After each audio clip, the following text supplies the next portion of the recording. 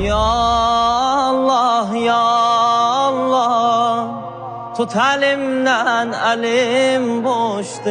Dünyada tenhayım, yüreğim tek sana hoştu.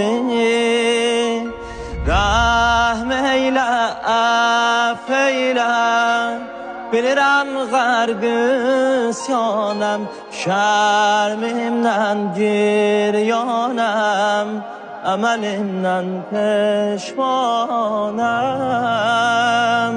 Ey pənahim, qibləgahim,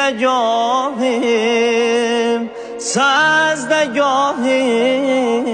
çox günahim, senden özgə